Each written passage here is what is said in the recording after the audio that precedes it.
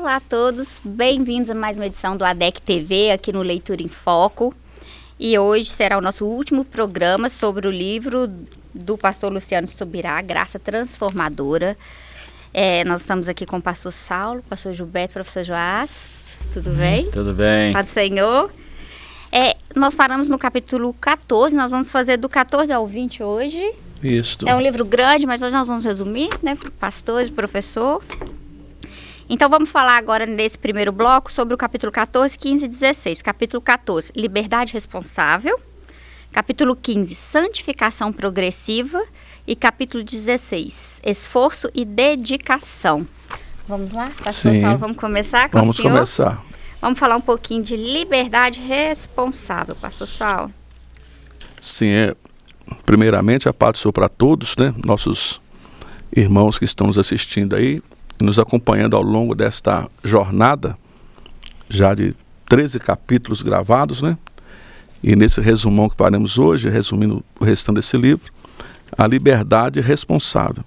Nós aprendemos que o homem é dotado, né, de um livre-arbítrio, de escolhas. É um poder que ele tem de escolher. Mas esse poder também vem acompanhado de algo, né, que nós dizemos que é a responsabilidade pelas escolhas que se fazem. Nós temos a liberdade de escolher, mas somos responsáveis pelas escolhas que nós fazemos.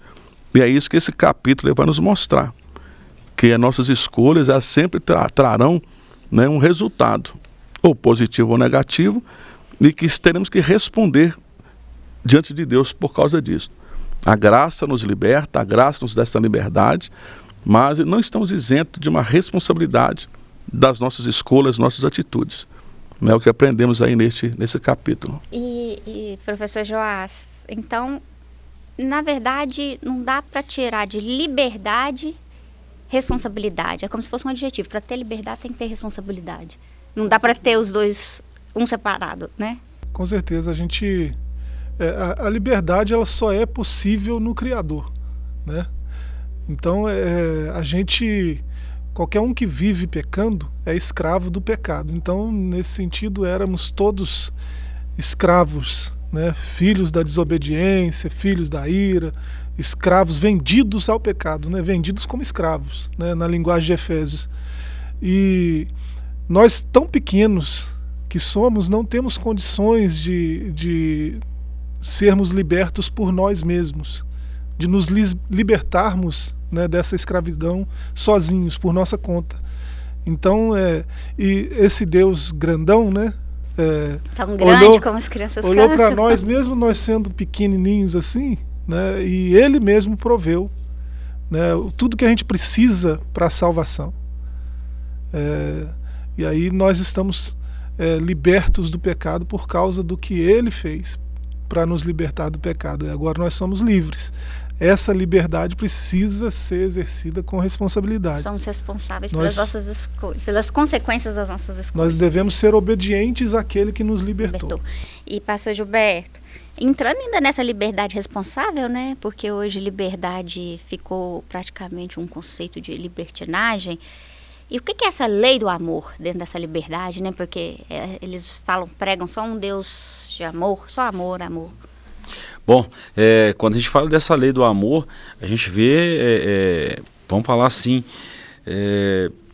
nós não devemos buscar o nosso próprio bem. Tem um resumo aqui dentro do livro aqui, quando a gente fala da lei do amor, ela é sempre em função do outro. E isso tem regra também. Não é assim de uma forma assim, de uma certa libertinagem.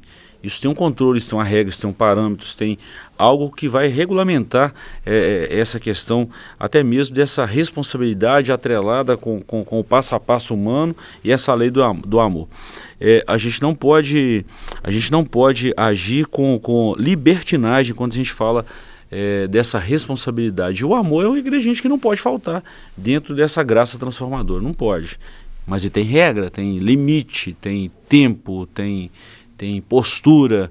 Então é baseado nesse conjunto de coisas aí que a gente tem que trilhar, né, nesse contexto aí. E, pastor Saulo, né, eu entendo que o Eu, Carolina, entendo que esse amor de Deus, as pessoas confundem muito com o amor humano, né? O amor de Deus, para mim, não tem emoção. Ele é um mandamento, ele é sacrificial e não tem emoção, não tem que misturar emoção. O amor, a verdade, que o amor não é algo emocional. Né? Amor em si é um dos atributos da divindade. É um atributo do próprio Deus, faz parte da natureza do próprio Deus amar. A tal ponto que João disse que Deus é amor. Né? É um atributo que está na pessoa de Deus. Mas o amor, ao mesmo tempo, como se estamos aqui nessa linha de raciocínio, muito mal interpretado, já que Deus me ama, eu não posso fazer nada para Deus me amar mais. E nem nada que eu faça Deus me amar menos. Mas isso também não é uma carta branca, né? Um cheque em branco para mim viver uma vida em pecado. Fazer o que eu quiser, não, utilizando né? a desculpa desse amor, que a gente mistura ele ali com a graça. Sim, nós vamos ver em um capítulo posterior que o amor em Deus, sim, mas nós também temos que amá-lo. E quando nós amamos ele também, nós vamos procurar viver de uma forma agradá-lo. Né? Dentro desse assunto aqui da liberdade responsável, no livro, o Luciano Subirá disse: entendemos que não fomos libertos do dever de cumprir a lei divina, mas sim do pecado. Nós somos conduzidos pela graça a uma libertação do pecado. E pela graça vivemos e cumprir a lei divina. Aquilo que é certo, aquilo que é justo, aquilo que é santo, aquilo que é agradável a Deus. E o apóstolo Paulo vai dizer que os que estão na carne não agradam a Deus. Deus os ama. Aqueles que vivem pela natureza humana, Deus os ama, mas eles não conseguem agradá-lo por causa das decisões que se tomam. Então, a liberdade é uma liberdade responsável. Então, professor Joás, pastor Gilberto, o problema nosso é que a gente faz mau uso dessa liberdade? Ou má interpretação? É tudo, má interpretação, tudo junto, mau uso? Eu acho que é isso mesmo, tudo junto. Tem uma graça fake sendo pregada hoje, né? De que uma vez que Cristo me libertou, eu devo me sentir livre para fazer o que eu quiser, do jeito que eu quiser, né? Da forma que eu quiser, e onde eu quiser e quando eu quiser. E aí, essa graça fake é pregada como se o homem estivesse tentando se livrar de Cristo, né? E há essa brincadeira aqui no livro, né, de que a gente é livre por Cristo e não de Cristo. Né? Então a graça verdadeira nos livra de nós mesmos, dos nossos pecados, das nossas mazelas, e isso acontece por meio de Cristo.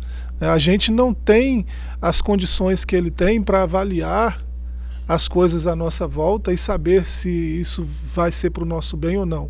Então, às vezes, ele nos proíbe, nos inibe de fazer certas coisas, porque ele sabe que isso vai nos machucar, né? Ele sabe que isso não vai dar certo. E aí ele fala: não vai por aqui, né? Não faça assim, não haja dessa maneira.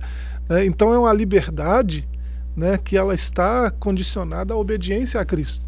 Não está condicionada, mas ela vai ser melhor usufruída se eu obedecer a Cristo, né? Esse é o ponto. Né, pulando aí do capítulo 14, liberdade responsável, já para o 15, aí vem a santificação progressiva, né? Nós já sabemos, diante de tudo que nós estudamos, que a graça é uma força capacitadora. John Wesley diz: tornar a graça de Deus um encorajamento para o pecado é caminho seguro para o inferno mais profundo. Então, né, quando que se encaixa nessa frase de John Wesley essa santificação progressiva? Bom, quando nós falamos dessa ênfase aí, né, logo no início, quando o pastor Luciano Subirá começa esse capítulo 15, tornar a graça de Deus em encorajamento para o pecado é caminho seguro para o inferno. Não é porque eu estou vivendo a graça que eu tenho liberdade para pecar.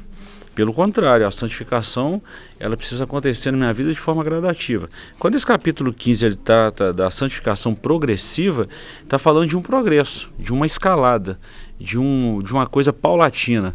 A gente vai de degrau em degrau, é o que Paulo falou, né? Até chegar à estatura de varão perfeito. Tem um texto de Provérbios, se não me engano, Salomão, ele falou que a luz do justo é como a aurora que vai rompendo até ser dia perfeito. É a santificação. Então isso vai acontecendo assim, gradativamente. E funciona assim mesmo. Paulo foi mestre em falar isso. A cada dia eu morro para o mundo e vivo para Cristo, eu vivo para Deus. Isso é uma ação progressiva no que se diz respeito à santificação. Os outros processos são imediatos, justificação, regeneração, isso é imediato, a salvação é imediata na vida do ser humano. Agora, a santificação, quanto mais eu me aproximo de Deus, mais o Espírito Santo vai trabalhando esse processo de santificação na minha vida. E eu vou me separando do mundo. Pastor Saulo, é tipo assim, amanhã mais santo do que hoje, santo no sentido assim, de ir trabalhando essa santificação. Sim, e justamente... E aperfeiçoando. Sim, dentro do projeto da salvação, que inclui, né, os temas que o pastor Gilberto mencionou, justificação, regeneração, está a santificação. E essa santificação, ela nunca finaliza aqui na Terra. Nunca chegaremos a um grau que nós não teremos mais necessidade de continuar progredindo. Toda a nossa vida aqui como servo do Senhor é uma vida constante de progresso na santificação. Luciano Subirá disse aqui que a graça, ela nos livrou da condenação do pecado. A mesma graça que nos livrou da condenação do pecado também nos livra do poder do pecado. E este é o processo da graça na santificação das nossas vidas.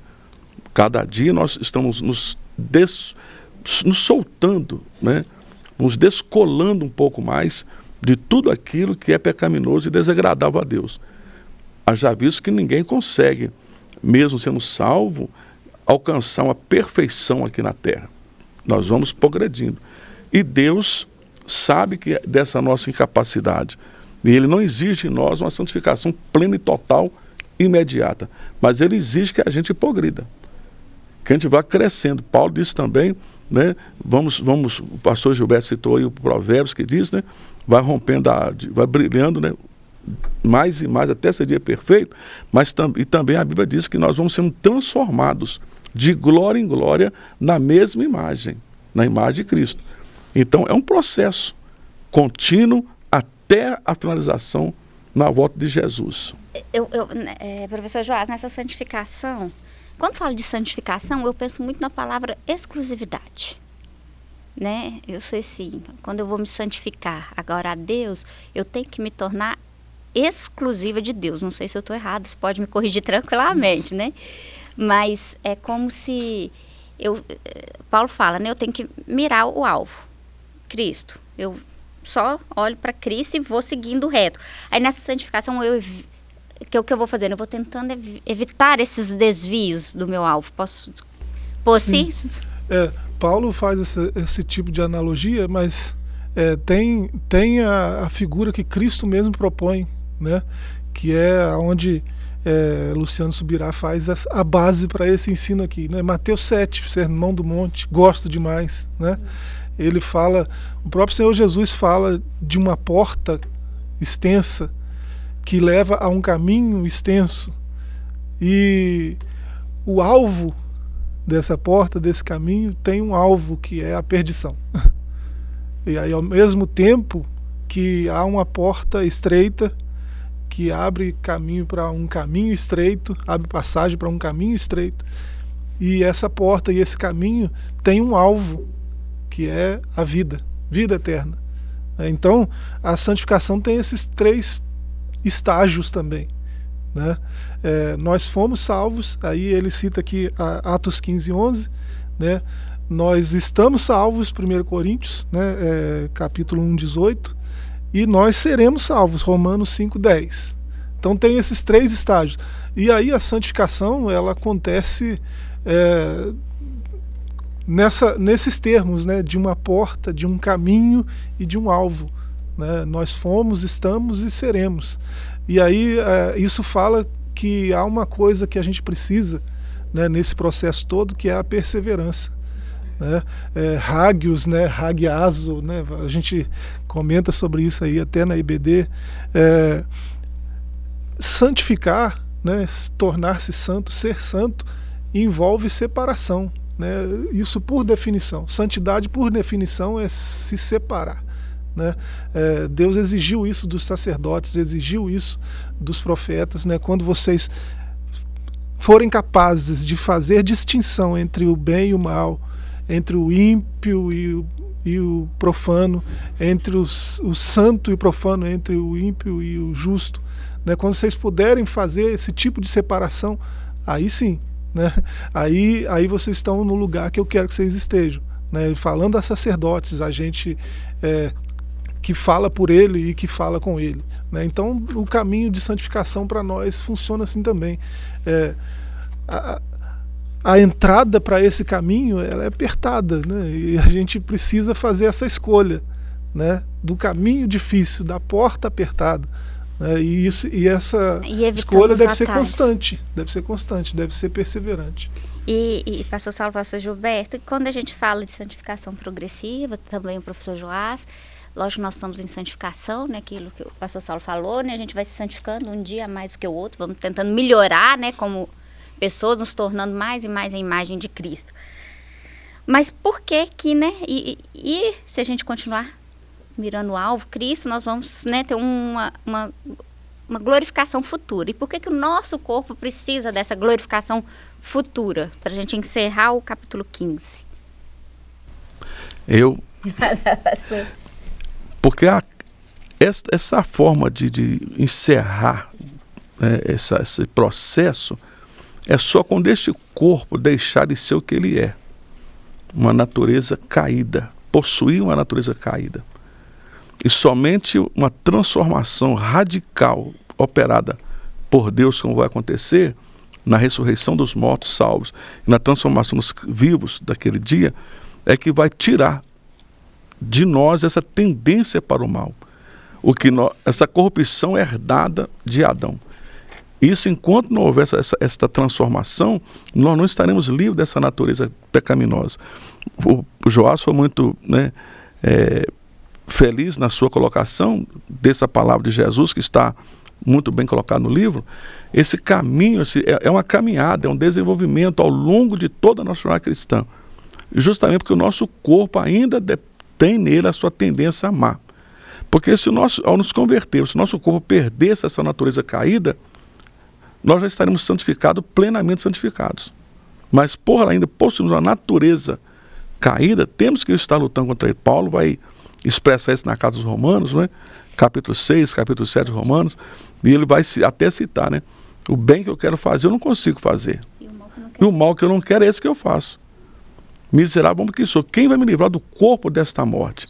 Esse corpo mortal, esse corpo pecaminoso. Somente a transformação. Então, enquanto estivermos nesse corpo, nós precisamos continuar progredindo em santificação. Pastor Gilberto, e essa glorificação, sem essa glorificação eu não consigo ficar na presença de Deus.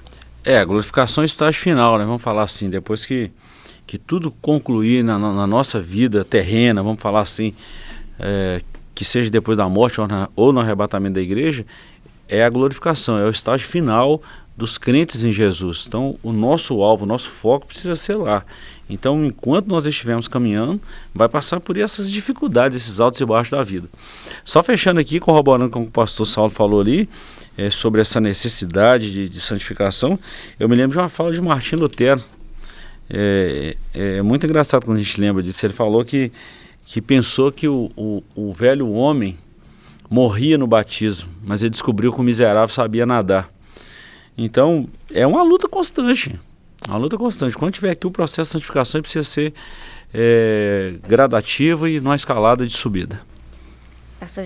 Professor Joás, então, qual que é, resumindo, né, para o pessoal que está em casa, qual que é a necessidade da glorificação do corpo? É para entrar na presença do Senhor? É porque a corrupção não pode herdar a vida eterna, né? E o nosso corpo é corrompido, né, por diversos fatores, né? O pastor Saulo já explicou isso aí. Então a glorificação é o coroamento desse processo todo da salvação, né? É o evento do estágio final da nossa caminhada aí em santificação, em justificação. E a Bíblia nos fala como que seria esse corpo glorificado? Nos dá pistas, né? Só nos dá pistas. Vai ser algo como o que Jesus experimentou depois da ressurreição. Ele é a primícia, né, dos que dormem. Todos vão ressuscitar e vão ter um corpo incorruptível, que não tem corrupção mais. Imortal. Não pode mais sofrer, não sofre mais dores, doenças, nada. A Bíblia, o professor Joás está dizendo, ela dá algumas pistas, né? um corpo imortal, um corpo imperecível, né? O sentido de corrupção aqui é degradação, né? Envelhecimento. Não estraga mais. Né? É doença. É um corpo livre disso tudo. E, na verdade, né, a gente só pode ir até onde a Bíblia fala, né, pastor? Verdade. Mais do que isso, É perigoso. é perigoso. Perigosíssimo. Pessoal, no próximo bloco, nós vamos falar do capítulo 16 ao capítulo 20, já encerrando esse livro do pastor Luciano Subirá, Graça Transformadora.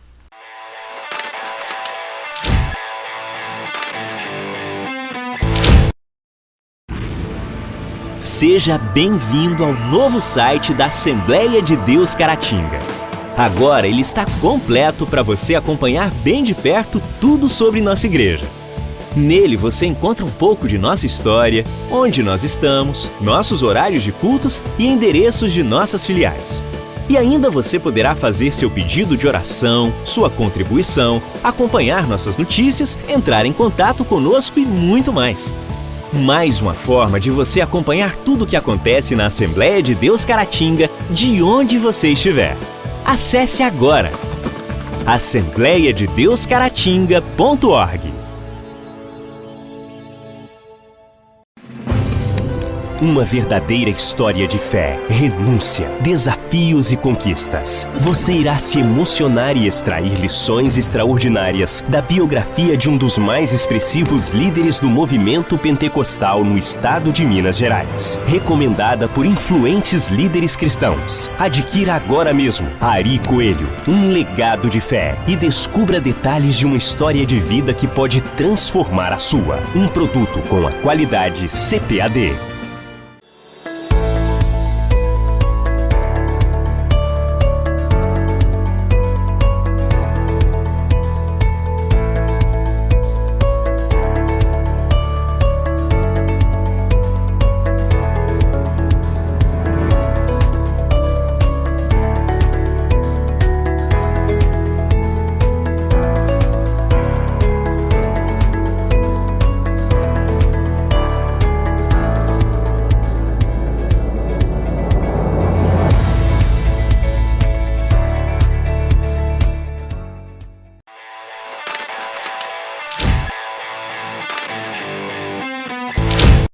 Voltamos, vamos agora resumir os últimos 5 capítulos, do 16 ao 20.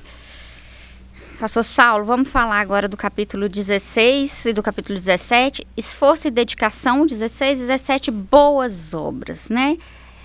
O que nós podemos falar disso? E é até interessante que parece, né, faz parte do mesmo livro, estão bem interligados esses dois capítulos, né? Nós sabemos que ninguém é salvo pelas obras. Isso é fato e está explícito, Não é por esforço né, nem mérito. na palavra de Deus. A salvação não é por mérito pessoal. Mas já o título aqui do capítulo 16 já diz esforço e dedicação. Isso faz parte de quem é alcançado pela graça. A graça é o oposto do mérito, mas não é o oposto do esforço. Após eu ser salvo pela graça, existem algumas orientações bíblicas que Paulo vai nos dar nas suas cartas, que nós precisamos nos esforçar em santificação, nos esforçar em obras, né, para poder fazer a obra de Deus. Então, a graça não nos isenta da responsabilidade de esforçar. Porque às vezes nós podemos cair no extremo sobre a graça, eu já sou salvo, não preciso fazer mais nada. A graça é suficiente, ela é suficiente para a salvação. Mas o esforço para nós nos mantermos na salvação e agradarmos ao nosso Deus é o que está em nós. Tiago, né? fala um pouquinho disso, né? Sobre as obras, se eu sou salvo, né? Aí eu tenho que apresentar minhas obras. Sim. Né? A obra que Tiago fala é a obra de fé. De né? fé. A obra que a fé proporciona. Não é a obra meritória, mas a obra de Não, alguém, é de né? fé. Isso. Mas é a obra de alguém que já tem fé. E essa fé que já o levou à salvação vai levar também a desenvolver, né? A fazer alguma coisa. E o capítulo 17, a graça não é dada porque fizemos boas obras, mas para que possamos sermos capazes de realizá-las. Então a graça, desde o começo do livro aí, o título do livro, né? Graça transformadora. E nós aprendemos que a graça ela é capacitadora. Ela nos capacita a boas obras, porque somos salvos. E é isso que nós precisamos equilibrar. Porque senão daqui a pouco eu penso, já que eu sou salvo pela graça, Posso fazer o que eu quiser. não preciso fazer nada, me esforçar, ter um esforço dentro daquilo que concerne a mim, na minha parceria, né, com Deus. E é isso que o livro vai estar nos explicando. E pastor Gilberto, aí a gente, né, ele passa do capítulo 17, e assim, né, tá tudo interligado. Interligado, né, as boas obras, né? Aí ele fala, né, das boas obras, aí no 18 ele já fala do galardão. Uhum. Vamos falar um pouquinho disso. Vamos, eu vou resumir esses 3 capítulos aqui, o 16, 17 e 18, com um versículo. Vou tentar fazer isso, né? Foi o que me veio à cabeça aqui. Quando você fala, por exemplo, que o pastor Saulo acabou de falar de esforço e dedicação, e também as boas obras e o galardão, eu vou falar de Hebreus 12:1. Está escrito assim: portanto, nós também, pois que estamos rodeados de uma tão grande nuvem de testemunhas, deixemos todo o embaraço, esforço, e o pecado que tão de perto nos rodeia, esforço e dedicação, e corramos com paciência. Isso está falando de boas obras, esforço e dedicação. Correr com paciência Isso, correr. Correr. Assim, geralmente quando a pessoa corre, não tá com paciência, né? Não é? Mas é uma corrida. Mas tá falando de uma dedicação. Dedicação, corra com paciência. Você tá falando de correr com inteligência. Com inteligência. A carreira que nos está proposta. Qual que é o final dessa carreira? Joás falou aqui o capítulo 7. 5, 6 e 7 de Mateus. O final dessa carreira para o cristão é o galardão. O que é o galardão? É alguém ser galardoado por Deus. É outro enigma, é outro mistério também aí, a forma que vai ser esse galardão, mas é a recompensa de Deus pelo trabalho, pelo esforço, pela dedicação, pelas obras feitas para a glória de Jesus aqui nessa terra. A Bíblia não especifica muito bem o que é esse galardão não, né, professor Jorge? Aquilo que a gente falou no último bloco, a gente pode ir isso até onde a Bíblia fala. Podemos ter pistas. Resumindo isso tudo aí, né, a gente percebe que a graça, ela é um presente de Deus no sentido de nos ajudar nas nossas mazelas, nas nossas lutas, né? E o que Luciano Subirá está tentando dizer aí é que a ajuda de Deus não nos isenta da nossa responsabilidade, do nosso trabalho, da nossa produção para o reino, né? Nós fomos predestinados, chamados para boas obras. Com o objetivo, agradar a Deus. Isso. Né? É o que o Paulo vai destacar muito isso. Que as nossas obras, nosso esforço hoje é para agradar a Deus. E esse esforço será recompensado. Será recompensado. Aí entra o galardão, né? É a recompensa pelo nosso trabalho, pelo nosso esforço. Vou citar um outro texto aqui de 1 Coríntios 9:24, que nós estamos falando aqui. Não sabeis vós que os que correm no estádio, todos na verdade correm, mas só um leva o prêmio? Está falando de uma maratona, de uma corrida, de uma competição, Jogos Olímpicos. Aí Paulo falou o seguinte: correi de tal maneira que o alcanceis. Alcanceis o quê? O prêmio, o galardão que está proposto para o crente, que está proposto para a igreja. Então está no final desse caminho. É esforço, é boa obra, é dedicação, mas é galardão também. E aí a gente já passa aqui, começando com o professor Joás, para capítulo 19 e 20. Ele encerra muito bem, né? Os temas estão todos interligados aí. Disciplina e juízo, 19. Aí no 20 ele fala do perigo dos extremos. O que nós podemos falar disso, professor Joás? Essa questão é uma questão que a gente procura evitar, né? A questão do juízo, da disciplina.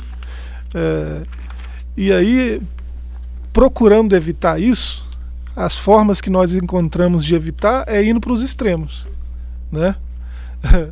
Ou a graça passa panos quentes nas nossas limitações, nos nossos erros, né?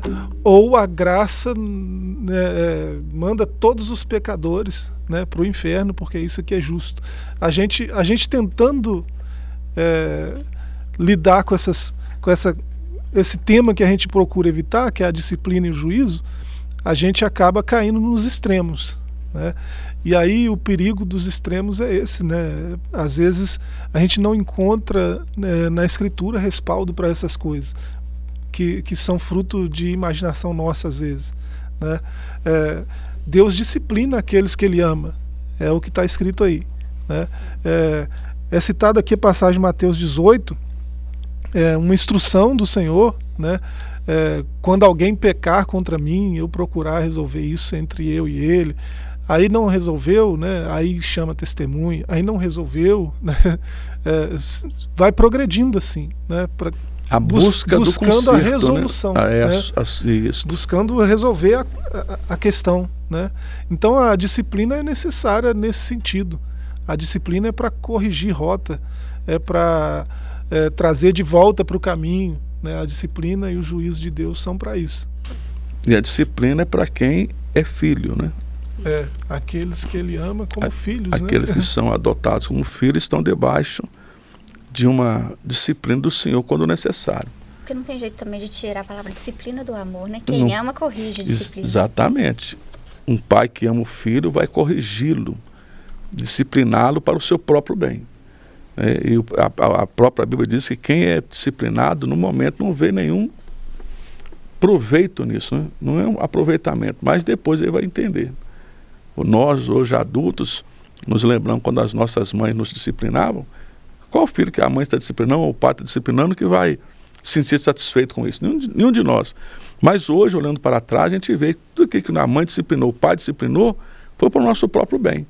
E também, da mesma forma, o Senhor, quando Ele nos disciplina e até haver necessidade de castigo, é porque Ele nos ama. E está nos tratando como filho. Nossos pais sabiam de coisas que na época a gente não sabia e hoje a gente sabe, né? E Deus, exatamente. Fomos disciplinados. E Deus sabe de coisas que também hoje não sabemos. Que nossos pais não sabem, né? Que não sabemos, e Ele sabe. Então, na sua disciplina tem um objetivo: nos levar ao prêmio supremo, né? Que é a vida eterna. É o galardão maior que receberemos, é a vida eterna. Então, quando o Pai disciplina-nos hoje, o Senhor, é porque Ele está nos querendo levar para um caminho que nos dê um galardão da vida eterna. E pastor Gilberto, às vezes quando o pai disciplina, a gente disciplina nossos filhos, a gente ficava meio revoltado, né? Meio chateado, não entendia, dependendo da idade. Depois, com a maturidade, a gente fala assim, nossa, né? Foi muito bom ele ter feito isso. E a mesma coisa acontece com Deus, né? Muitas vezes. A disciplina, ela tem um caminho, vamos falar assim, aparentemente amargo, mas o final do caminho da disciplina, ele é maravilhoso. A gente para e pensa, se a gente pensar assim, puxa vida, eu estou sendo disciplinado. Tá, mas qual o objetivo dessa disciplina? O que eu provoquei para essa disciplina ser ativa na minha vida? Então, se a gente pensar por aí, a disciplina é boa, é necessária, além de ser boa, é até necessária. Nós já falamos isso aqui em outro programa aí, que eu não me lembro qual, mas qualquer filho que é disciplinado, ele não tem problema com... Qualquer filho que obedece, não tem problema com disciplina.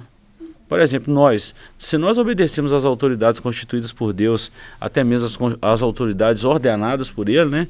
As autoridades em qualquer esfera, em qualquer aspecto, nós não temos problema com a lei. Podemos ser disciplinados? Podemos, quando a gente infringir alguma lei. Mas isso tem que ser tratado assim, com muito amor, com muito respeito e aceitação. Disciplina é princípio, né? Divino. Provérbios fala muito de disciplina. Fala até que, né, se eu não me engano, que o pai que não corrige o filho leva ele à sepultura. Sim, exatamente. Deus ia permitir isso, ia nos levar. Porque o pai tem um tipo de conhecimento que a criança não tem, né? E seria irresponsabilidade, né, não mostrar para o filho os problemas que ele pode ter se ele agir com a liberdade irresponsável. A gente volta sempre na questão da liberdade, né? A liberdade sem responsabilidade é um erro por isso, porque ela vai acabar infligindo em outras liberdades, né? E acaba tirando outras liberdades. E isso é muito complexo. Eu gosto de pensar numa analogia bem comum, né, sobre a liberdade, que é o peixinho no aquário. Você pensa, se esse peixe no aquário puder pensar a respeito de liberdade e começar a querer, eu quero liberdade a qualquer custo, né? Esse peixinho resolver pular do aquário, ele pode, se ele tiver muita sorte, cair na piscina da varanda, né? Se está numa casa na beira da praia, ele pode com muita sorte cair no mar, que é um ambiente dele, se ele for um peixe de água salgada, né? Mas ele pode cair no carpete, né? Ele está mais livre se ele cair no carpete? Então ele está morto. Quem colocou ele no aquário sabe de coisas que ele não sabe. No aquário ele está seguro, né? Sobrevive. Então, ele tem uma liberdade controlada num ambiente seguro, né? Não estou dizendo que a liberdade que a graça nos traz é assim, mas é só uma analogia, né? Aquele que pela graça nos libertou, ele sabe de muita coisa que a gente não sabe. Então, como sabe, né? Algumas coisas ele falou pra gente, ó, não vá por aí, não faça assim. Então, um cristão é livre, mas assim, tem certas amizades que não cabem, né, na vida de um cristão. Tem certos empregos que não cabem para um cristão. Tem certos lugares, entende, né? Tem um monte de coisa que para o cristão não vale, porque por causa da liberdade que ele tem em Cristo, né? Essas coisas vão tirar ele do caminho que é estreito, do caminho de santidade que conduz à vida eterna. E além disso, né, pastor Saulo, além do senhor falar, às vezes fala assim, não vá por esse caminho, não faça isso, às vezes ele ainda fala assim, ó, se você fizer isso, vai acontecer isso. Tem a consequência, né? Tem a consequência. Nos atos de consequência. E então é muito sério, né? E esses extremos, pastor Gilberto quer falar mais um pouquinho pra gente encerrar sobre esses extremos? O capítulo 20 perigo encerra... dos extremos. O capítulo 20 encerra esse livro de uma forma assim maravilhosa. O pastor foi muito feliz, é claro que o Espírito Santo direcionou o pastor nessa conclusão, enfim, em todo o livro. Os extremos é muito perigoso. Tanto o extremo assim de uma liberdade excessiva, de uma libertinagem, quanto de um legalismo. É tanto o liberalismo quanto o legalismo. Isso. Né? Ou eu ser muito livre, ou eu ser muito à vontade, ou eu ser muito taxativo. Tem um quesito aqui, tem uma característica do fruto do Espírito que é muito importante para nós cristãos, que é a temperança, o equilíbrio. E o crente precisa andar nem muito à direita, nem muito à esquerda, mas ele precisa ser equilibrado. Eu não estou falando de ideologia, de política, não. Eu estou falando de caminhada cristã. Ele não pode ir aos extremos, ele precisa ser equilibrado em tudo. Na palavra do Senhor, pastor Gilberto, a palavra de Deus diz, este é o caminho, andai nele, sem se desviardes, nem para a direita e nem para a esquerda. Obrigado, pastor. Né? Obrigado. São extremos. Verdade. De um lado direito, um extremo, à esquerda, outro extremo, nós temos que estar no caminho equilibrados. Né? Eu acho muito importante esta colocação, porque às vezes o grande perigo que nós sempre enfrentamos no cristianismo é esse, os extremos. E a Bíblia sempre, Jesus foi muito equilibrado nos seus ensinos, nas suas ações, na sua postura. Ele refugava o pecado, mas se aproximava do pecador. Sim. Então nós não podemos sair disso, ter esse equilíbrio, né? Fugir de todos os extremos. Isso é muito, muito interessante. Nós vamos encerrar por aqui. Espero que vocês tenham gostado. Esse livro, ele é um pouco... Ele tem 20 capítulos. A gente tentou passar para vocês da melhor forma possível. Mas, de preferência, seria muito bom se vocês adquirissem, né? E lessem esse livro com cuidado, porque vai ser muito enriquecedor. Pastor Saulo, vamos encerrar essa leitura em foco, né? Com uma oração. Vamos terminar. Sim. Mas dá na gente assim um sentimento de nostalgia, né? Nostalgia, porque durante vários programas estivemos aqui falando no livro e chegamos ao seu final. E ficamos felizes por isso, que ele possa enriquecer a vida de muitos. Senhor Deus, Pai, nós te adoramos por este trabalho que tem sido realizado ao longo de todos estes meses, Pai, em que nós estivemos aqui gravando esses programas. Eu sei que tu podes fazer uma obra através desse trabalho, Senhor, para a tua glória e para o bem daqueles que nos assistem. Faça isso acontecer para louvor do nome de Jesus. Amém. Pessoal, e todos os programas que nós fizemos sobre esse livro, Graça Transformadora, está lá no nosso canal do YouTube, no ADEC TV. Vão lá e assistam desde o primeiro capítulo. É muito enriquecedor e vocês vão saber bastante sobre graça, o que é realmente a graça.